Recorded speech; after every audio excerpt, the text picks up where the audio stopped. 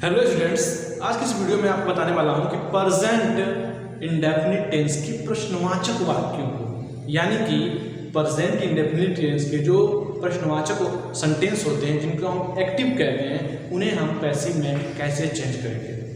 तो बिना समय गवाए जो आज की वीडियो है मैं शुरू करता हूं, लेकिन उससे पहले मैं आपको एक संदेश देना चाहता हूं कि यदि आपने मेरी पिछली वीडियो नहीं देखी है तो उस सारी वीडियो को आप देख लीजिए, जिससे कि आपको टेंस और वॉइस में कोई भी डाउट नहीं होगा। तो आज की वीडियो शुरू करते हैं। वॉइस यानी कि वाचक, और हम आज वॉइस के प्रेजेंट इंडेफिनिट टेंस के इंट्रोगेटिव सेंटेंस को वॉइस में चेंज करना सीखेंगे। इससे पहले वीडियो में हमने नेगेटिव अफर्मेटिव सेंटेंसेस को चेंज करना सीख लिया है वॉइस में, और आज हम क्या करेंगे, प्रेजेंट इंडेफिनिट टेंस के इंट्रोगेटिव यानी कि प्रश्नवाचक सेंटेंस को, जिन्हें हम एक्टिव कहते हैं, उन्हें हम पैसिव में कैसे चेंज करते हैं, ये सारी इस वीडियो में डिस्कस होगी। तो आप वीडियो को शुरू से अंत तक देखिएगा, क्योंकि टोटल डाउट क्लियर हो जाएगा आप इस वीडियो की मदद से। आपकी जितनी भी डाउट है आपकी सारा क्लियर हो जाएगा। तो हम कोई भी हमें सेंटेंस यदि मिलता है प्रेजेंट इंडेफिनिट इंट्रोगेटिव, तो कैसे पहचानेंगे? बहुत आसान तरीका है। उसको पहचानने का बहुत ही आसान तरीका है। इंट्रोगेटिव का जो स्ट्रक्चर है, जो प्रेजेंट इंडेफिनिट टेंस का इंट्रोगेटिव का स्ट्रक्चर है, जिसकी शुरुआत होती है डू या फिर डज, डू या फिर डज। उसके बाद क्या मिलेगा आपको? सब्जेक्ट, उसके बाद मेन वर्ब की फर्स्ट फॉर्म, और उसके बाद ऑब्जेक्ट प्लस पर्सन। उसके बाद क्वेश्चन मार्क। कोई भी सेंटेंस इस स्ट्रक्चर के अकॉर्डिंग बना हुआ दिखता है तो वह इंग्लिश सेंटेंस का कहलाएगा प्रेजेंट इंडेफिनिट टेंस का इंट्रोगेटिव सेंटेंस कहलाएगा। बिल्कुल आपको टेंस आप पढ़ेंगे तो बिल्कुल आपको पता होगा। और वाक्य के अंत में क्या मिलेगा? प्रश्नवाचक सिंबल मिलेगा। तो कोई हम एक एग्जाम्पल लेते हैं और उस एग्जाम्पल की मदद से मैं आपको पहचानने का प्रयत्न करता हूँ, प्रयास करता हूँ। देखिए, आप एक एग्जाम्पल लेते हैं, does he it a mango. Does he eat a mango. Does he eat a mango. तो हमने एक एग्जाम्पल लिया, क्या वह आम खाता है? देखिए, प्रश्न पूछने का कार्य हो रहा है, क्या वह आम खाता है? इसका मतलब यह क्या है? एक इंग्लिश सेंटेंस है, प्रेजेंट इंडेफिनिट टेंस का प्रश्नवाचक वाक्य है। इसे हिंदी में क्या कहेंगे? क्या वह एक आम खाता है? देखिए, क्या वह एक आम खाता है, या प्रश्नवाचक। यही हिंदी वाक्य है, और इसी हिंदी वाक्य को हमने चेंज किया है इंग्लिश में, और यही इंग्लिश वाक्य किसका है? तो प्रेजेंट इंडेफिनिट का इंट्रोगेटिव है, सेंटेंस है। बिल्कुल। तो हमें क्या होता है, जब हम पैसिव पढ़ते हैं तो पैसिव में हमें इसकी जरूरत नहीं होती है, हिंदी वाले की। हमें सिर्फ इंग्लिश सेंटेंस मिलता है, और उसी इंग्लिश सेंटेंस को हमें पैसिव में चेंज करना रहता है। वो किसी भी टेंस का हो, किसी भी तरह का हो। तो हमें पहले पहचानना आना चाहिए कि हमें किसी भी टेंस का कोई भी इंग्लिश सेंटेंस मिलता है तो हम उसे चेंज करने में, हमें पहचानने में कोई कठिनाई न हो। तो इसके लिए हमें पहचानना आना जरूरी है। यदि आप किसी भी टेंस को पहचान लेंगे कि वह किस टेंस का है, तो उसे हमें बदलना, चेंज करना बहुत ही आसान हो जाता है। तो इसीलिए मैं आपको एक फार्मूला बताया, स्ट्रक्चर बताया, किसका? प्रेजेंट इंडेफिनिट का, इंट्रोगेटिव का। उसके बाद मैंने एक एग्जांपल आपको बताया कि he does he eat a mango, क्या वह एक आम खाता है? तो हमें ऐसा ही मिलेगा इंग्लिश सेंटेंस, और वो किस टेंस का है यह आपको पहचानना है, जैसा कि मैंने आपको पहचानने का जो तरीका है बता दिया है। तो आप ऐसे किसी भी प्रेजेंट इंडेफिनिट के इंट्रोगेटिव सेंटेंस को पहचान सकते हैं आसानी से। लेकिन पहचानने के बाद आप उसे पैसिव में कैसे बदलेंगे?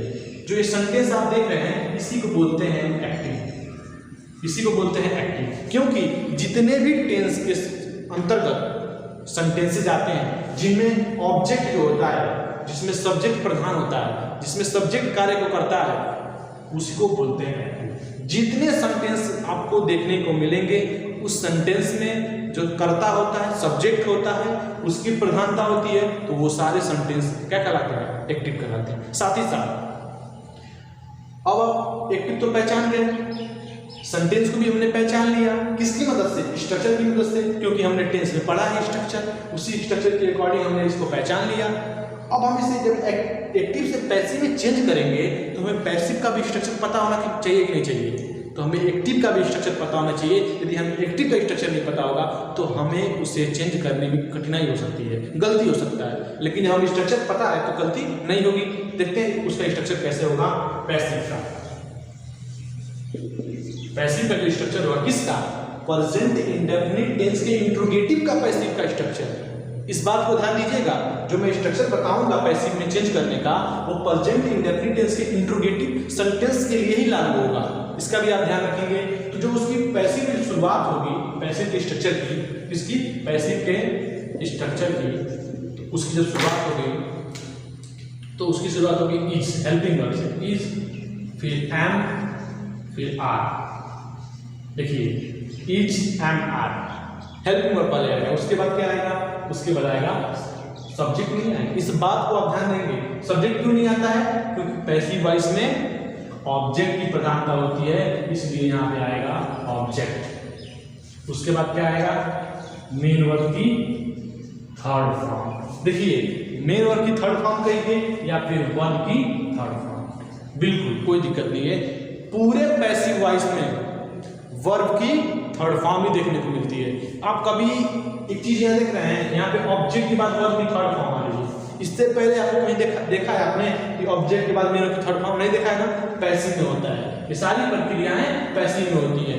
पैसिव में कोई भी टेंस हो, मेन वर्ब की थर्ड फॉर्म, वर्ब की थर्ड फॉर्म। उसके बाद क्या आएगा? यहाँ पे आ जाएगा अदर वर्ड। उसके बाद आएगा बाई सब्जेक्ट। बाई सब्जेक्ट के बाद क्या आएगा? क्वेश्चन मार्क, क्योंकि प्रेजेंट इंडेफिनिट टेंस का इंट्रोगेटिव का ये हमारा स्ट्रक्चर है पैसिव वॉइस का। तो ये हमारा पैसिव का स्ट्रक्चर किस टेंस का? प्रेजेंट इंडेफिनिट के इंट्रोगेटिव का। तो इसी स्ट्रक्चर के अकॉर्डिंग जो हमारे सेंटेंस लिया है, जो हमने लिया है does he eat a mango, इस सेंटेंस को हम जब इसे पैसिव में चेंज करेंगे, ये तो एक्टिव रूप में है, टेंस रूप में यानी कि एक्टिव रूप में है, तो इसे जो हम इसमें पैसिव में चेंज करेंगे, पैसिव में बदलेंगे, तो हमें स्ट्रक्चर पता होना चाहिए। यदि आप इस स्ट्रक्चर को याद रखेंगे तो किसी भी प्रेजेंट इंडेफिनिट टेंस के इंट्रोगेटिव सेंटेंस को चुटकियों में सॉल्व कर देंगे। इतनी आसानी से सॉल्व करेंगे कि आपको भी लगेगा कि यार मैं एक बार में कैसे समझ गया।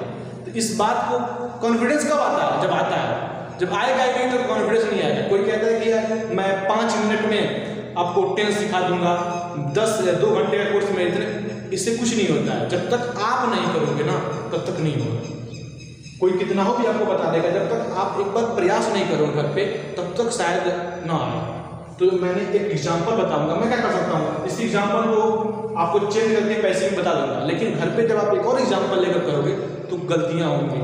तो आप कमेंट कीजिएगा और कमेंट में उसका आपको रिस्पॉन्स मिलेगा, उत्तर दिया जाएगा बिल्कुल। तो हम इस एग्जाम्पल को कैसे एक्टिव से पैसिव में चेंज करते हैं, जो कि हमारा ये एक्टिव रूप है, बिल्कुल आपको पता है। और हमें इसे चेंज करना है किसमें? पैसिव रूप में। पैसिव रूप में चेंज करने के लिए हमें पैसिव रूप का स्ट्रक्चर भी पता हो गया। तो हम चलते हैं अकॉर्डिंग टू स्ट्रक्चर के अनुसार। अब स्ट्रक्चर में कह रहा है इज एम आर लगेगा, तो इज एम आर लगेगा किसके अकॉर्डिंग? ऑब्जेक्ट के अकॉर्डिंग। तो इसमें ऑब्जेक्ट क्या है? इस सेंटेंस में ऑब्जेक्ट क्या है? Mango. Mango is a object, एकदम तो आपको पता है ऑब्जेक्ट यानी वस्तु। उसके बाद इसमें आपको सब्जेक्ट दिख रहा है, बिल्कुल ही वाक्य का क्या है? सब्जेक्ट, वाक्य का सब्जेक्ट है। और इट क्या है? इट यानी कि खाना, ये क्या है? ये है वर्ब की फर्स्ट फॉर्म। बिल्कुल इतना तो आपको बिल्कुल पता होगा।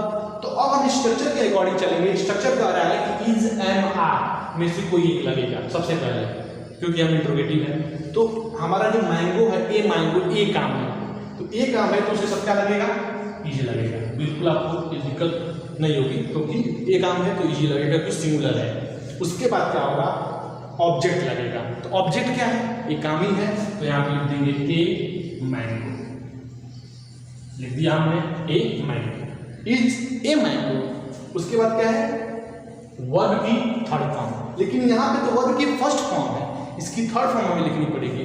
तो इट का थर्ड फॉर्म क्या होता है? इटेन, लिख दिया हमने इटेन।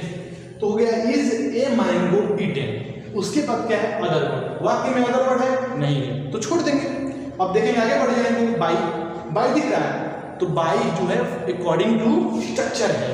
जब सब्जेक्ट लगाएंगे तो उसके पहले बाई का यूज करेंगे, ये है पैसिव का नियम। तो यहाँ पे लगा देंगे बाई और सब्जेक्ट क्या है, ही। तो यहाँ पे तो ही सब्जेक्ट का कार्य कर रहा है, लेकिन जैसे ही ये ही आएगा ऑब्जेक्ट के स्थान पे तो ही का क्या हो जाएगा, ऑब्जेक्टिव रूप हो जाएगा। और ऑब्जेक्टिव रूप क्या होता है, हिम होता है। क्या होता है, हिम। और उसके बाद क्या होगा, प्रश्नवाचक सिंबल। इस बात को आप बिल्कुल ध्यान देंगे, जब आप प्रश्नवाचक वाक्यों को बनाएंगे तो वाक्य के अंत में प्रश्नवाचक सिंबल जरूर लगाएंगे, नहीं तो आपका वाक्य गलत बना जाएगा। तो यदि एक ट्रिक आपको अच्छी लगी है और इस ट्रिक की मदद से जब मैंने आपको बताया है कि वीडियो के माध्यम से जो भी डाउट, आपको कोई भी डाउट हो तो आप बिल्कुल आप मुझसे पूछ सकते हैं। लेकिन साथ ही साथ मैंने तो एक एग्जाम्पल बताया आपको, एक एग्जाम्पल लिया एक्टिव ग्रुप में, उसे हमने पैसिव में चेंज कर दिया। अब आप कहेंगे कि इसका हिंदी भी मैं बता दूं, तो बिल्कुल मैं इसका हिंदी बताना चाहूंगा। यहाँ पे है क्या वह एक आम खाता है। तो यहाँ पे क्या हो रहा है, यहाँ पे तो वह प्रधान था, सब्जेक्ट प्रधान था, सब्जेक्ट की प्रधानता थी, सब्जेक्ट कार्य को कर रहा था। लेकिन यहाँ पे क्या हो जाएगा, ऑब्जेक्ट की प्रधानता होगी। तो यहाँ पे होगा क्या एक आम, क्या एक आम किसके द्वारा, उसके द्वारा खाया जाता है, खाया जाता है। अब यहाँ पे जाता है क्यों आया है, क्योंकि जो पैसिव है उसमें जाता है, आता रहता है, इसका कोई मतलब नहीं होता है प्रश्नवाचक सिंबल। इस बात को बिल्कुल आप ध्यान देंगे। इसको आपने भूल दिया तो आपका जो सेंटेंस है वो गलत माना जाता है। तो हमने तो हिंदी में बता दिया आपको, लेकिन हिंदी में एक्चुअली हिंदी में आता नहीं है। आपको इंग्लिश सेंटेंस मिलेंगे, आपको इंग्लिश टू इंग्लिश चेंज करना रहेगा। मैं आपको समझाने के लिए बता दिया हूँ। उसके बावजूद भी कोई दिक्कत हो, कोई डाउट हो तो आप कमेंट कीजिएगा। कमेंट में आपका इसका और भी कोई भी दिक्कत होगी तो उसकी रिप्लाई हो जाएगी। और साथ ही साथ वीडियो अच्छी लगी तो वीडियो को लाइक करें, चैनल को हमारे सब्सक्राइब कर लें, क्योंकि आसान से आसान भाषा में और आसान से आसान ट्रिक में आपको एक्टिव वॉइस, सेंटेंस, टेंस हर चीज़ बताने का प्रयास किया जाता है।